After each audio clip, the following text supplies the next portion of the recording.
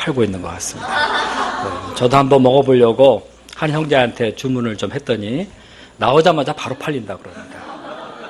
참 아쉬움이 많지만 금년에도 5대빵 되기를 간절히 바랍니다. 기도까지 할 건 없고 바랍니다.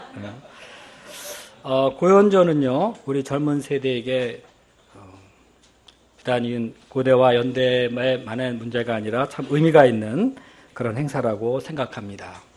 우리 젊은이들이 이 세대 상황에 너무나 억눌려 있어서 다 기가 죽어 있는 것 같습니다. 어디 가서 취직도 하지 못하겠고 이런저런 면에서 젊은이들이 사방으로 이렇게 우겨싸임을 당하고 있는 것 같습니다. 이런 가운데 이런 고연전, 비록 두 학교의 행사지만 젊은이들의 패기를 또 한번 보여줄 수 있는 그런 행사라는 점에서 의미가 있다고 봅니다.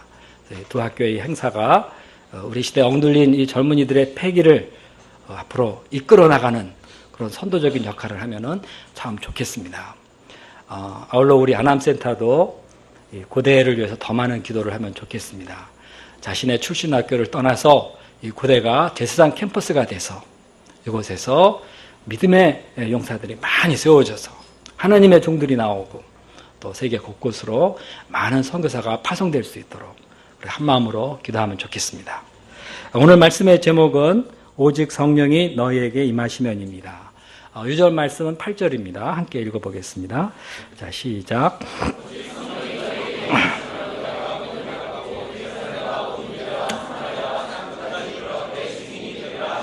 네, 은혜로우신 하나님 아버지, 이 제약되고 폐역하고 참으로 죄로 못쓰게 되어버린 세상 가운데서 하나님 아버지께서 저희에게 다가오셔서 복음을 알려주시고 저의 생명을 주시고 또 이제는 하나님을 아버지라고 부르며 살게 하셔서 감사합니다.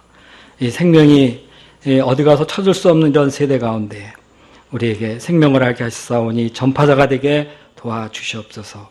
이 시간엔 저희들이 거룩한 주일을 맞이하여 주님 앞에 나왔습니다. 저희들에게 참 오직 성령이 너에게 임하시면 이 말씀의 제목으로 한마디 하여 주시기를 간절히 기도합니다. 저희 심령에 말씀의 은혜를 새롭게 하여 주시옵소서. 예수님의 이름으로 기도했습니다. 아멘. 오늘 우리가 사는 이 시대 속에서 우리에게 가장 필요한 말이 있다면 그것은 무엇이겠습니까? 이것에 대해서 우리는 각자 자기가 생각하는 것을 기준으로 여러 가지를 말할 수 있을 것입니다. 그러나 적어도 누구에게나 공감되는 그 한마디가 있다면 그것은 바로 희망 아닌가 이런 생각이 듭니다. 그러나 우리가 희망이 필요한 줄은 알지만 사실은 어디서 이 희망을 찾을 것인지 알지를 못하겠습니다. 많은 사람들이 역사의 무대에 등장하면서 늘 희망을 외칩니다. 그러나 실제 그들이 우리들의 희망이 된 적은 없습니다. 자, 그런데 기독교가 희망이다 하는 생각을 해보셨습니까? 요즘 기독교가 이런저런 면에서 너무나 많은 비판을, 그야말로 처참한 비판을 받고 있어서 기독교가 희망이냐 재앙이다 이런 말까지 나올 정도입니다. 그러나 우리가 분명히 알아야 되는 것은 교회가 이 시대의 유일한 희망이다 라고 말할 수 있는 것은 바로 복음을 간직하고 있기 때문에 그렇습니다. 복음만이 이 어두운 시대에 살고 있는 사람들에게 유일한 희망이 됩니다. 이 희망의 실제는 우리 교회가 간직하고 있는 이 복음을 전할 때 바로 우리 삶 속에서 실제적으로 구현됩니다. 이 희망의 전파, 복음의 전파는 지금부터 2000년 전 예루살렘에서부터 시작되었습니다. 거기서 인류의 진정한 희망이 실제 태동되었고 이 희망의 빛이 이제까지 온 세계로 확산돼서 오늘에 이르게 되었습니다. 자, 이 복음이 없는 이 세상 생각해 보십시오. 정말 희망이 없습니다. 그야말로 캄캄하게 보여지기만 합니다. 그러나 하나님께서는 우리 교회에 복음을 주셨습니다. 우리는 이 세대의 희망의 전달자입니다.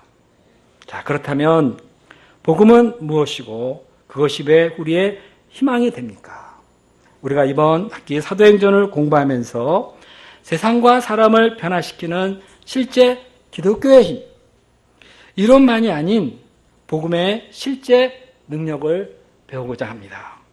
이를 통해서 이 어려운 시대에 우리가 한 명의 복음 전파자로서 귀하게 성장할 수 있기를 간절히 기도합니다. 제1장 부활과 하나님 나라, 먼저 1절과 2절을 보십시오.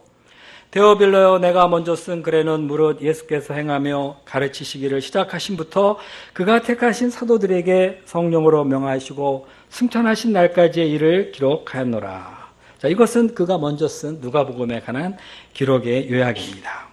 그런데 사도행전은 예수님이 부활하신 후 승천하시기까지 40일간 무엇을 하셨는가를 시작으로 기록하고 있습니다. 자, 우리 3절을 다 같이 읽어볼까요? 자, 시작.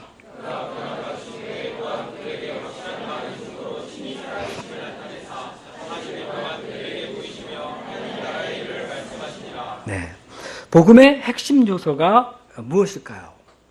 우리는 복음을 굿 뉴스 이렇게 말을 하고 있는데 이 굿 뉴스의 핵심 내용이 무엇입니까? 오늘날 사람들에게 굿 뉴스가 무엇이냐, 무엇이 굿 뉴스가 될 수 있겠느냐 이렇게 묻는다면은 많은 사람들이 청년을 위한 취업의 문이 활짝 열리는 것이라고 말할 수 있을 것입니다.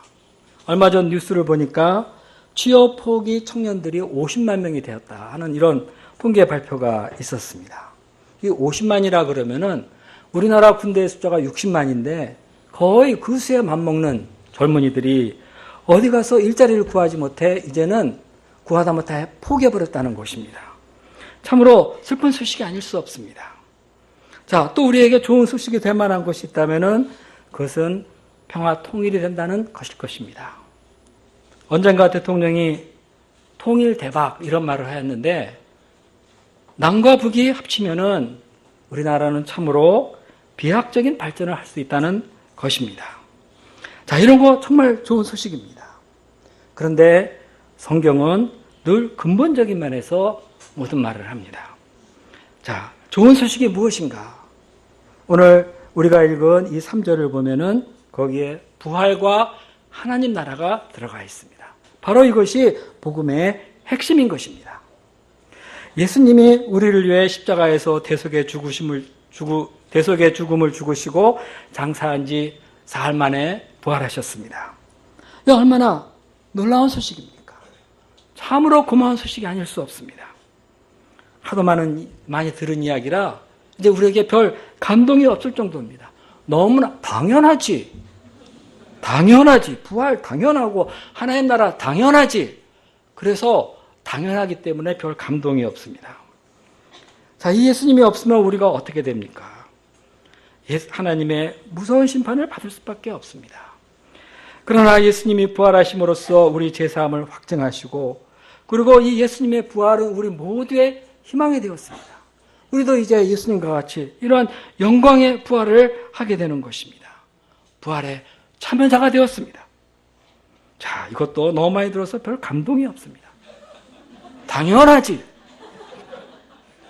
그러나 제자들은 처음에 이것을 믿기가 쉽지 않았습니다.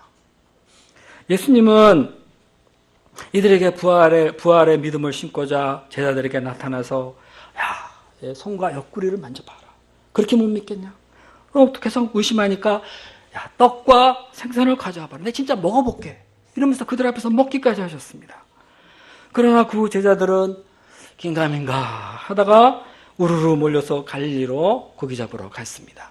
어떤 제자들은 예수님 그때가 좋았는데 참 십자가에 비참하게 못 박혀 죽으셨어. 다 끝났어 하면서 엠마오 고향으로 내려갔습니다. 그러자 예수님은 다시 이들을 수습하셔야 됐습니다.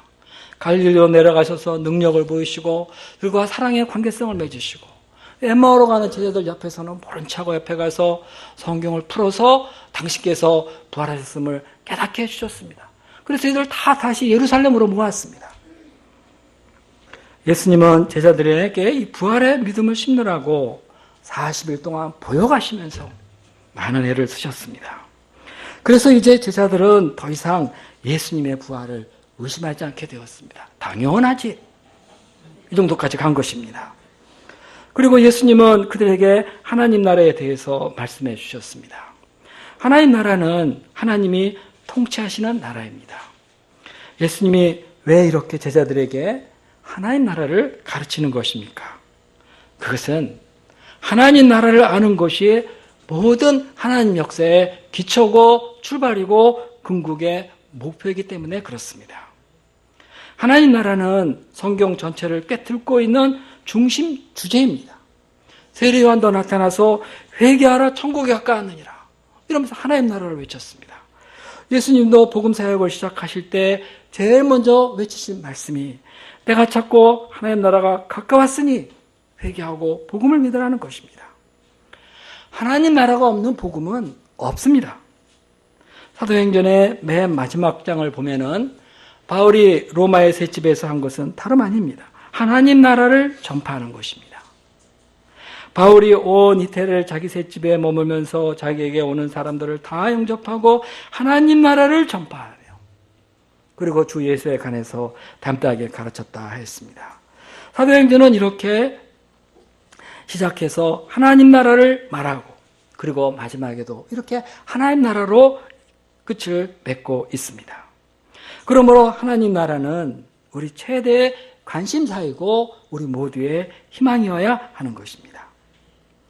왜 그런지를 설명하려면은 우리가 세상 나라를 또 얘기해야 될 텐데 이 시간은 이 세상 나라를 들먹이지 않겠습니다. 우리는 이 세상 나라가 근본적으로 부정, 부패, 비리, 온갖 죄로 가득해 있다. 정말 우리의 희망이 될 수 없다는 것을 우리는 너무나 잘 알고 있습니다.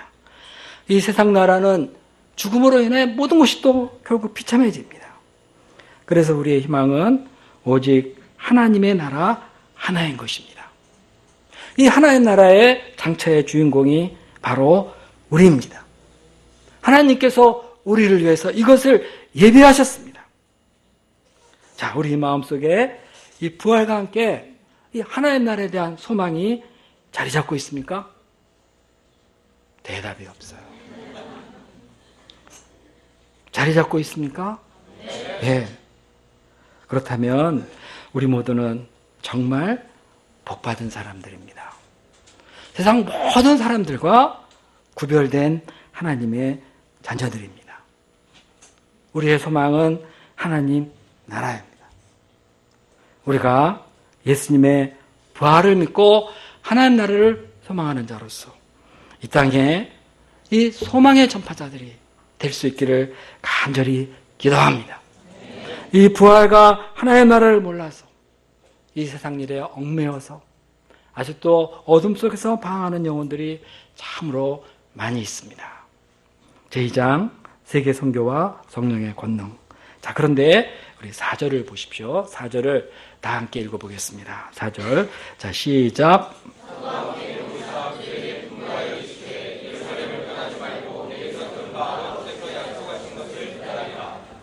네. 요한은 물로 세례를 베풀었거니와 너희는 몇 날이 못되어 성령으로 세례를 받으리라. 자, 여기서 사도와 함께 모이사 하는 이 말은 NIV 영어 성경을 보면 while he was eating with them. 그러니까 예수님이 제자들과 식사하면서 라는 말입니다. 그러니까 예수님은 제자들과 식사하면서 이 말씀을 하셨습니다. 식사할 때 조심해야 됩니다. 목자님들이 만나서 야, 밥 한 끼 먹자 할 때 깨어 있어야 됩니다. 대체적으로 그때 아주 결정적으로 중요한 말이 많이 나옵니다. 저도 양마가 목자님이 우리 어때 밥 먹고 가 이렇게 하면은 긴장돼요. 무슨 말을 하시려는지. 정말 중요한 말이 많이 나옵니다. 야, 그러면 예수님은 무슨 말씀을 하셨습니까? 첫째, 제자들에게 예루살렘을 떠나지 말라. 이렇게 말씀하셨습니다. 제자들은 예루살렘이 싫었습니다. 자꾸 어떻게든지 예루살렘을 벗어나려고 합니다. 그들은 이곳에서 유대 종교 지도자들에게 돌에 맞아 죽을 뻔하기도 했고 주 예수님이 그들의 이 말도 안 되는 모함을 받아서 십자가에서 처참하게 죽으시기까지 하셨습니다. 이 예루살렘 생각만 하면 정말 떠나고 싶습니다. 끔찍합니다. 그러니 제자들이 자꾸 예루살렘을 떠나려고 하는 건 당연한 것입니다. 자, 그런데 예수님은 왜 예루살렘을 떠나지 말라 이렇게 말씀하십니까? 예루살렘은 하나님 역사의 시온성과 같은 곳이기 때문입니다. 우리 구약 성경을 보면은 그 중요한 사상 중에 하나가 말씀이 시온에서 이런 말이 있습니다. 말씀이 시온에서부터, 이 시온은 예루살렘입니다. 이런 말이 있듯이 하나님 역사, 구원의 역사는 시온에서 시작된다는 것입니다. 그런 만큼 제자들은 바로 이 구원의 복음을 예루살렘으로부터 전파해야 합니다. 그들이 어디서 전하면 다 어때? 그러면서 갈릴리로 간다거나 엉뚱한 데 가서 전하면 말씀이 안 맞습니다. 말씀을 이루기 위해서 예수님은 예루살렘을 떠나지 마라. 이렇게 말씀하셨습니다. 둘째로 하나님께서 그들에게 이곳에서 성령을 주기로 약속하셨기 때문입니다. 성령은 능력입니다. 요한은 회개하고 자기에게 세례받으러 나온 사람에게 물로 세례를 베풀었습니다. 그들은 이제는 다시 이렇게 살지 않겠습니다 하고 그 차가운 물속에 쭉 들어갔다 나오는 겁니다. 그 마음을 씻듯 새롭게 하는 정도입니다. 그러나 예수님은 그들이 예루살렘에서 성령을 받을 것이다. 이렇게 말씀하셨습니다. 이로써 그들이 위로부터 권능을 받고 하나님 역사를 담대하게 섬기게 되는 것입니다. 자, 성령의 감동, 성령의 충만이 없다면은 복음 역사를 능력 있게 섬길 수 없습니다. 자, 이러면은 이에 대한 제자들의 반응이 어떻습니까? 자, 6절을 보십시오. 그들이 모였을 때에 예수께 여쭈어 이르되 주께서 이스라엘 나라를 회복하심이 이때입니까? At this time? 이렇게 물어봤어요. 이스라엘 민족들은 역사 속에서 많은 침략을 받으면서 변함없이 믿고 기다려온 것이 있는데 그것은 바로 메시아가 나타나서 나라를 회복시켜 이 땅에 하나님 나라를 세우는 것입니다. 그런데 이제까지 예수님이 하신 것을 가만히 들어보니까 딱 맞습니다. 예수님이 이제 부활까지 하셨겠다. 40일 동안 계속 하나님 나라 말씀하셨겠다. 예루살렘 떠나지 마라. 이 말씀도 하시고 그러다 성령까지 부어주시겠다. 야, 제자들이 딱 들어보니까 예수님이 이제 제대로 된 메시아 나라를 이 예루살렘에 세울 것 같은 것입니다. 그래서 이들은 내심 흥분돼서 이땐가 보구나 하고 우르르 몰려가서 예수님께 이때입니까? 하고 물어본 것입니다. 자, 그런데 이에 대한 예수님의 말씀이 어떻습니까? 우리 7절과 8절을 다 함께 읽어보겠습니다. 7절, 8절 시작.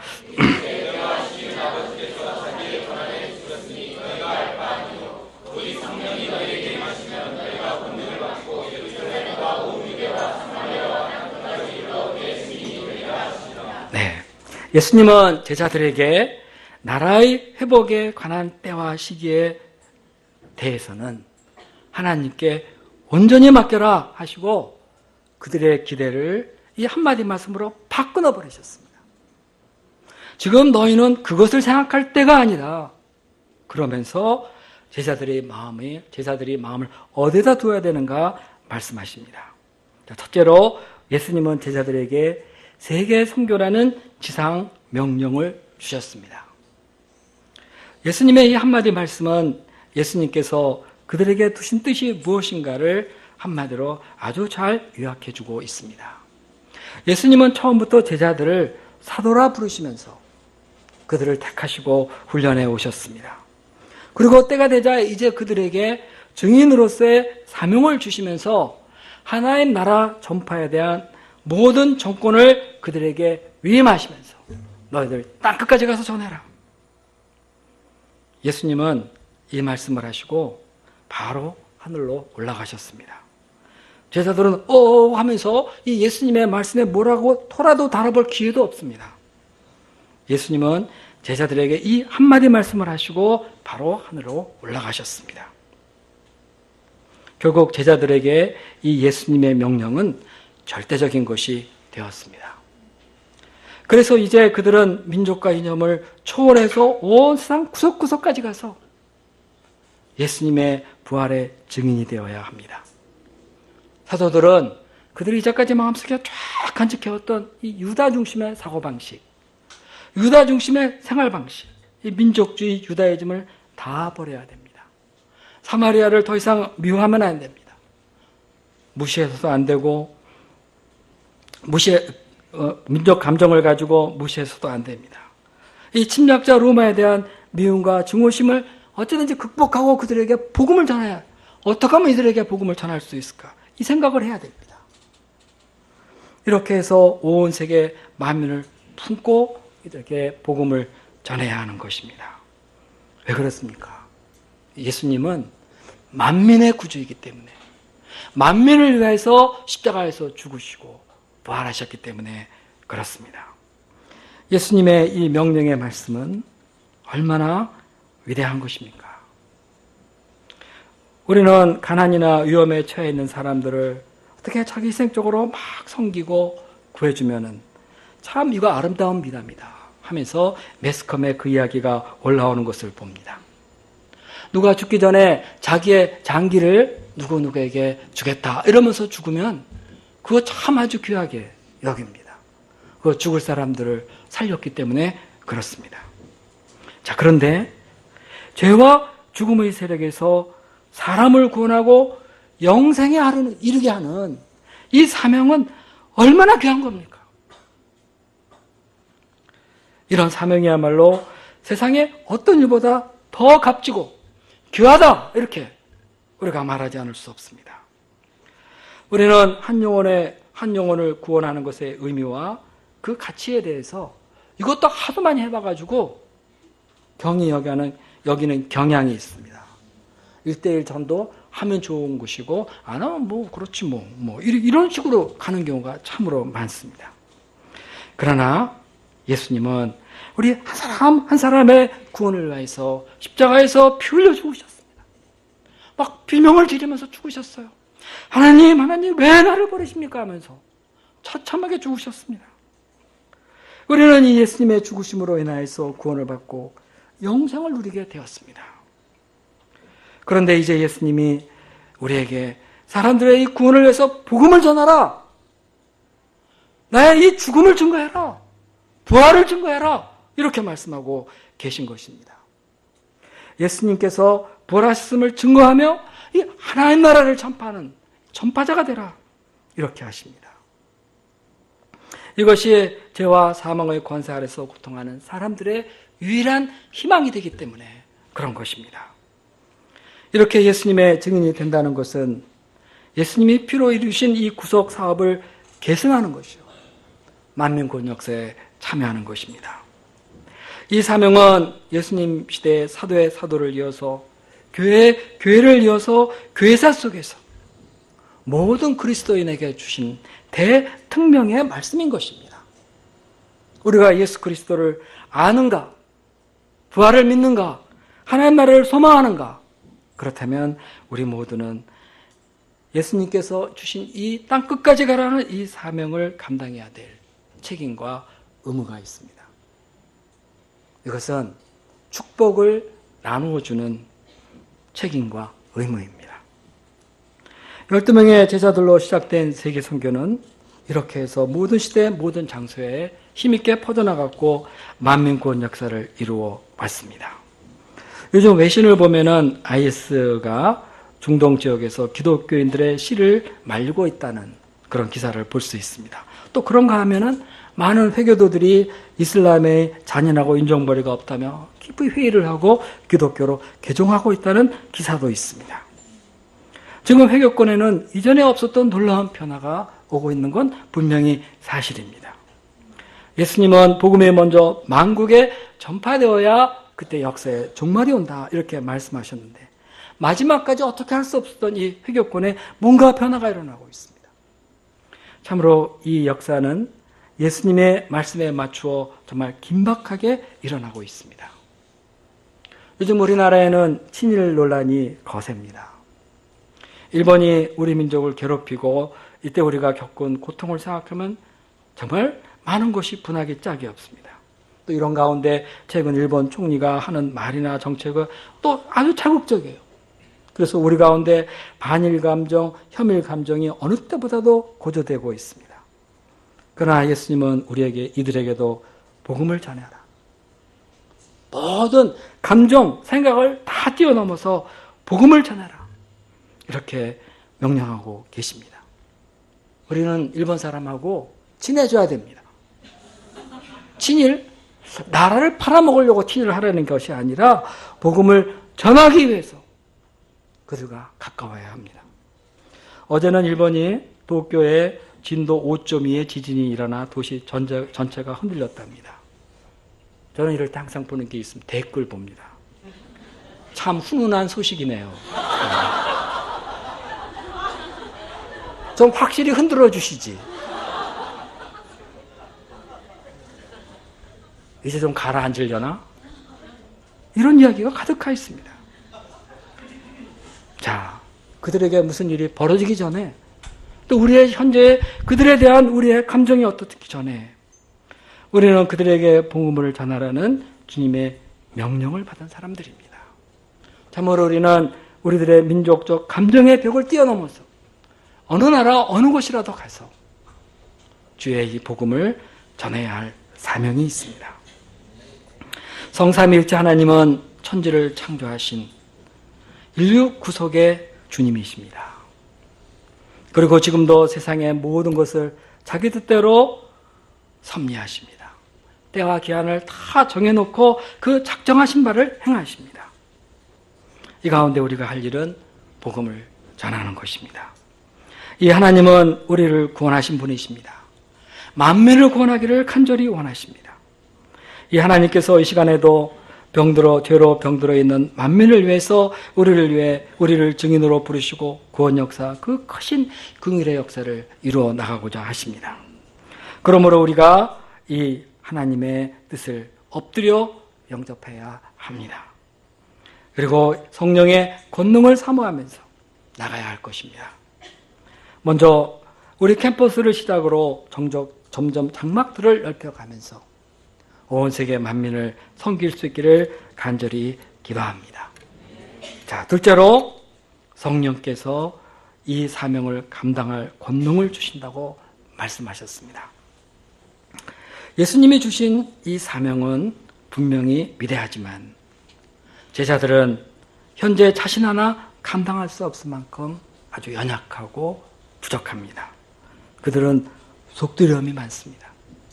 예루살렘에 꽉 모여서 문 잠그고 있고 종교 지도자들이나 유대인들이 무서워서 하루라도 빨리 기회만 내면 그냥 예루살렘을 떠나고 싶습니다. 또 배운 것이 그렇게 많지 않습니다. 그들은 세계 선교를 하는데 필요한 다른 나라 방언들을 잘 알지 못합니다. 이스라엘을 떠나 외국에 가본 적도 없습니다. 사도행전을 보면은 세상은 너무나 제약되고 거칠고 폭력적이고 그리고 인본적입니다. 미신과 우상숭배가 가득합니다. 이런 곳에서 예수님을 믿어야 구원을 받습니다. 이렇게 전하는 거 만만한 일이 아닙니다. 실제 사도행전을 보면은 이렇게 전하다가 많은 방해를 받고 핍박을 받고 어떨 때는 도망을 다녀야 됐고 어떨 때는 돌에 맞아서 죽을 뻔하기도 하고 실제 순교하기도 하였습니다.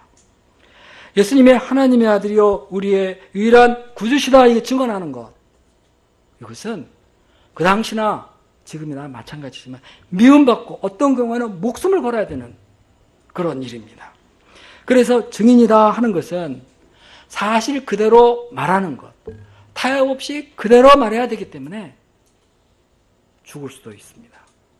그래서 증인이라는 말에 순교라는 의미도 포함되어 있습니다. 자, 사람이 이것을 어떻게 감당할 수 있겠습니까? 이런 것을 생각해 보면은 그들이 세계 선교 명령을 감당하는 것은 어느 모로 보나 합당해 보이지 않습니다. 그러나 예수님이 하시는 말씀은 세계 선교는 너희의 힘으로 하는 것이 아니다. 이는 성령께서 주체가 되어서 일어난 권능의 역사다. 이런 말씀을 하시는 것입니다.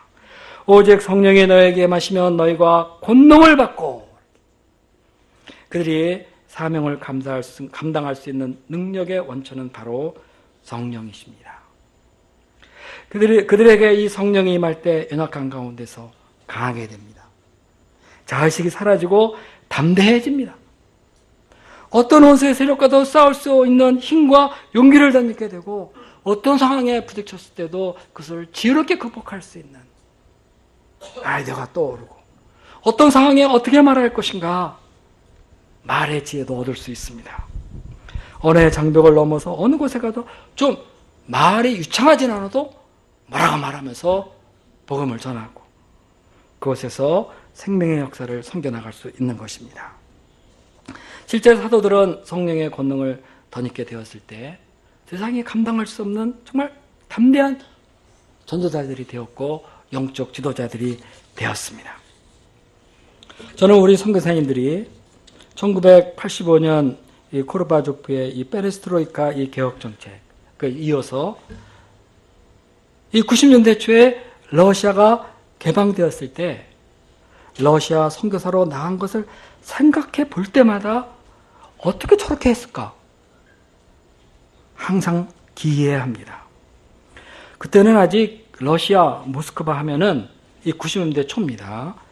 거기 온통 빨갱이들만 있는 것 같고 잘못 들어갔다가는 북한 대사관에 끌려가 북한으로 납치돼 아오지 탄광으로 가는 그런 상상을 하는 때입니다. 무시무시한 거예요, 아직. 그러나 소련 개방이 되자 우리 젊은 목사님들이 앞다투어 소련으로 그것도 모스크바로 들어가 모스크바 개척하겠다고 마구 들어가는 걸 보고 저도 그때 훈련 받고 있지만 놀랐습니다. 깜짝 놀랐어요. 아니 러시아어를 할 줄 아나 돈이 있나 누가 뒤에서 밀어주는 백이 있나 어떻게 그렇게 우리 유배법 각센터에서 러시아 선교를 자원하는 용사들이 마구 나오는지 난 그게 너무 신기했습니다. 모스크바로 바로 못 들어가니까 헝가리로 어떻게 막 기차 타고 들어가서 말도 한마디 못하면서 어떻게 그 짧은 영어로 내 영어 실력 다 알죠. 그 짧은 영어로 막 손짓발짓 해가면서 그곳에서 허가해 줄 때까지 문 밖에서 밤늦도록 쪼그리 앉아 버티고 그러면 이거 이렇게 보다가 아이고 내줘야 되겠구나 이러면서 모스크바 입국 허가를 받고 그리고 망망한 이 모스크바로 들어가서 모스크바 대학이 어딘가 눈 덮인 그 거리를 찾아 헤매면서 그 안에 들어가서 어떻게 또 교수를 알아가지고 대화를 하고 나 공부하겠습니다 해서 허락을 받고 기숙사 들어가고 기숙사 들어가 보니까 바퀴벌레가 우글우글거리고 이런 가운데 있었어요. 처음에 가긴 어떻게 막 갔는데 말이 되나 뭐 할 게 있나. 어떤 선교사님 고백이 그때 정말 뭘 해야 할지 몰라서 모스크바 시내에 있는 서커스 구경 많이 했다 그럽니다. 그러면서 또 이 기숙사에 모여서 뭐 어떻게 할 수 없으니까 합심해서 기도하고 기숙사에서 예배 보고 그러면서 기숙사 학생들을 초청해서 전도하고 이래가면서 그 모스크바 명문 모스크바대를 개척하고 그 물리대 이런 데를 개척하면서 제자를 세웠습니다. 공부도 열심히 해서 박사학위 다 따고 사업도 하고 정착하고 결혼하고 애들도 낳고 그러면서 이제 2세들이 한국으로 공부하러 오고 있습니다. 그러면서 또 모스크바가 좁다. 우리끼리 여기 다 왜 모여있냐. 이러면서 우크라이나에 키예프로 가고 오데사로 가고 라트비아로 가고 예카체린부르크 뭐 카자흐스탄 각 곳으로 또 흩어져 선교사로 나갔습니다.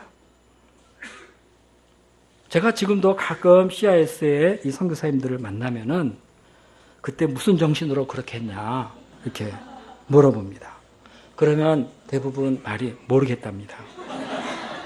그때 정말 무섭고 막막했답니다. 그런데 한 가지 분명한 것은 내가 복음을 전해야 되겠다. 이거 하나 분명했고요. 또 하나 분명한 것은 순교를 각오했다. 이게 그냥 떨면서 한 거예요. 떨면서. 그러면서 이런 역사가 이루어졌습니다. 이 모든 것은 우리가 다르게 설명할 수 있지 않습니다. 제정신으로 할 수 있는 게 아닙니다. 성령 하나님께서 각 사람을 권능으로 꽉 붙들어주면서 두려움을 극복하게 하고 자기들이 생각하는 한계를 극복하면서 끊임없이 도전하면서 이런 역사를 이루게 하신 것입니다. 이러한 기이한 역사는 유럽이나 캐나다, 미국, 남미, 아프리카, 아시아 곳곳에서 일어났습니다. 미국 개척할 때 그 클래시컬한 유머가 있습니다. 영어도 잘하지 못하는데 뭐 한국말도 잘 못한다 그래요. 뭐 막 한국말도 뭐라고 막 더듬고 하는데 영어도 잘 못하는데 갔어요. 그래서 뭐 영어로 막 말을 배운다고 하는데 한 번은 머리가 아파서 동역자에게 약을 좀 가져오라고 했습니다. 영어로 I am headache. Bring me a pharmacy. 이렇게 해서 나는 골치다. 약국을 가져와라. 이런 뜻이에요. 이런 엉터리 영어였지만은 그들의 마음속에는 투철한 목자의 심정이 있었고요. 선교하겠다. 이 예수님의 지상명에 순종해서 하겠다는 이런 믿음이 있었어요. 심정과 믿음. 이분들은 캠퍼스에 들어가서 소리쳤습니다. I will give you something to eat! 이렇게 해요. 야, 내가 너희들에게 먹을 것을 주겠다! 이러면서 다가간 거예요.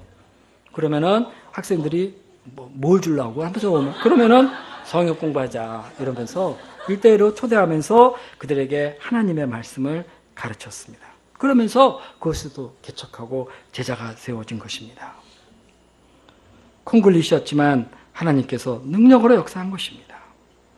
믿었을 때 성령의 권능이 임했습니다. 우리가 세계 선교뿐만 아니라 당장 우리 캠퍼스 미션을 감당하고자 할 때 능력의 비결. 누구는 재주가 뛰어나고 누구는 그렇지 않고 구분이 없습니다. 다만 성령께서 나와 함께 하시면 내가 할 수 있다. 여기서 생명의 역사, 구원의 역사가 일어납니다. 우리가 이 성령의 권능을 덧입기 위해서 열심히 기도해야 되겠습니다. 인간적인 생각이 많아서 머리가 복잡하게 그럴 것이 아니라 기도에 힘쓰므로 단순한 믿음과 능력의 사람으로 성장해서 주께서 주신 이 사명을 능히 감당하는 사람들 되기를 간절히 기도합니다. 자, 이제 9절을 보십시오. 예수님은 이 말씀하신 후에 저희들이 보는 데서 하늘에 올라가셨습니다. 그들이 멍하니 바라보자 천사가 나타나서 말했습니다. 갈릴리 사람들아 어찌하여서 하늘을 쳐다보느냐. 너희 가운데 하늘로 올리우신 이 예수님은 하늘로 올라가심을 본 그대로 올 것이다 하면서 그들에게 재림신앙까지 심었습니다. 제3장 오로지 기도에 힘쓴 제자들. 자, 12절을 보십시오. 제자들은 감람산에 있다가 예수님의 말씀대로 예루살렘으로 돌아왔습니다. 그들은 거기 그들이 거하고 있던 이 다락방으로 모였습니다. 거기에 베드로, 요한, 야고보 등 11제자가 모였고 평소에 예수님을 따라다니며 섬겼던 여자들과 예수님의 어머니 마리아와 예수님의 아우들이 함께 있었습니다. 그들이 거기서 무엇을 했습니까? 14절 후반부를 보십시오. 더불어 마음을 같이하여 오로지 기도에 힘쓰니라. 우리 다 같이 한번 읽어볼까요? 더불어 마음을 같이하여 오로지 기도에 힘쓰니라. 한번 해보겠습니다. 시작. 더불어 마음을 같이하여 오로지 기도에 힘쓰니라. 그들은 예수님의 명령에 순종하여서 이제 약속하신 성령을 기다리면서 합심 기도를 한 것입니다. 그들은 이제 고향 갈 생각 접고 예수님이 주신 사명 앞에서 겸손하여졌습니다. 그들은 성령의 권능을 삼아하며 한마음으로 엎드려서 간절하게 기도했습니다. 하나님께서는 이들의 합심 기도를 보시고 기뻐하셨습니다. 그리고 예수님의 말씀하신 대로 며칠이 못 되어서 이들에게 성령을 부어주셨습니다. 그리고 마침내 땅끝까지 가는 위대한 사도행전의 역사가 시작되었습니다. 우리는 사도행전을 읽어볼 때 사도들과 함께 하시는 주의 능력에 감동을 받습니다. 어떻게 이런 일이 벌어졌을까? 그러나 이 모든 것의 시작은 이들의 합심 기도로 시작되었습니다. 이 기도로 그들은 권능을 받고 모든 어려움과 방해, 핍박을 이겨가면서 죽음도 불사하면서 복음 역사를 이룬 것입니다. 오로지 기도하며 성령을 기다리는 이 겸손한 자세, 그리고 그들의 기도가 이 사명에 합당한 사람으로 빚어진 것입니다. 오늘날도 겸손한 교회는 함께 모여 기도하기에 힘씁니다. 합심 기도는 주의 능력을 사모하는 기도입니다. 합심 기도할 때 교회에 많은 문제가 사라지고 시련이 극복되어지고 갈등이 사라지고 그 한계가 극복되어집니다. 거기에 주의 권능이 임하고 마귀의 권세가 꺾여져 버립니다. 이러면서 각 사람이 성령에 충만해지고 내면이 성장해지고 거룩해지고 하나님이 쓰실 만한 능력의 사람들로 빚어집니다. 우리도 자기 생각, 감정, 바쁜 스케줄, 안일 다 극복하면서 어쩌든지 모여서 합심 기도할 땐 줄기차게 모여 기도할 수 있기를 간절히 기도합니다. 그것이 바로 새 역사 창조의 비결입니다. 하나님은 어쩌든지 마음을 모아 기도하는 모임을 사용하십니다. 자, 우리 시대에 문제가 많습니까? 이 시대의 문제를 생각하면 가슴이 답답해요. 뭘 해야 될지 모르겠어요. 아무것도 할 수 없는 것 같아요. 그러나 하나님은 오늘 말씀을 통해서 우리에게 합심기도를 가르쳐 줬습니다. 제자들은 그 당시 뭘 할 수 있겠어요? 아무것도 할 수 없습니다. 그러나 그들이 예수님의 말씀에 순종해서 성령의 권능을 기다리면서 간절히 엎드려 합심기도했을 때 하나님께서는 그들에게 놀라운 권능을 부어주시고 온 세계를 변화시키고 구원하는 그런 역사를 섬길 수 있었습니다. 우리가 이렇게 기도에 힘쓰므로 주의 능력을 덧입고 이 마지막 세대에 하나님 역사를 힘있게 섬길 수 있기를 간절히 기도합니다. 결국 모든 것은 성령의 권능이 우리에게 임하느냐 안 하느냐 여기에 달려 있습니다. 그렇다면 우리가 할 일은 한 가지, 더불어 마음을 같이하여 오로지 기도에 힘쓰는 것입니다.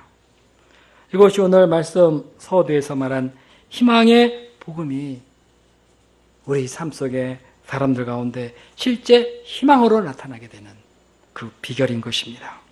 하나님께서 우리와 함께 하시어 기도하게 하시고 권능을 부어주시며 우리의 캠퍼스를 시작으로 땅끝까지 복음을 전파하는 증인되는 역사를 충만히 이루어 주시기를 간절히 기도합니다.